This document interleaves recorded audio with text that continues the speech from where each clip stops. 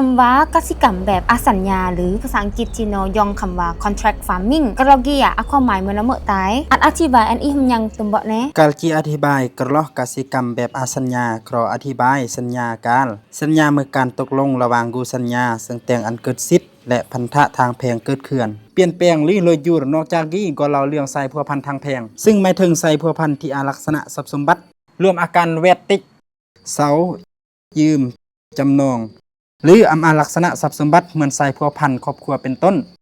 ต่อยอดจิกาอธิบายกระลอกกสิกรรมแบบอสัญญาเมื่อการผลิตการปรุงแต่งและการบริการกสิกรรมที่ขอผูกพันระหว่างรวมย่อ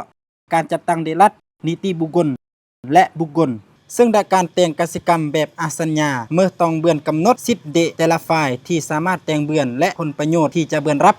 รวมทั้งพันธะที่ต้องเบือนปฏิบัติรวมย่อด้วยความรับผิดชอบต่อการปฏิบัติสัญญาเพื่อบรรลุเป้าหมายที่วางอุ่น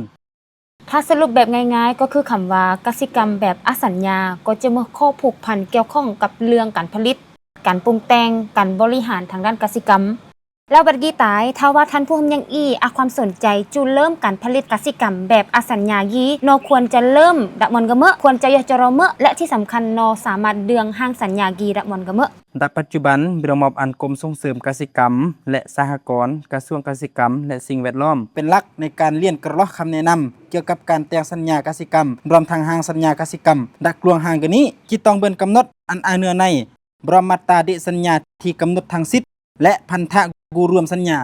ประเวยพื้นฐานเดการเจรจาและตกลงกุญเลกุญบรอมทางกบาลฝ่ายแสดงว่าสามารถยกพัวพันเรื่องของห้างและก่อรายละเอียดเบือนตึมเบาะดะกระทรวงกสิกรรมและสิ่งแวดล้อม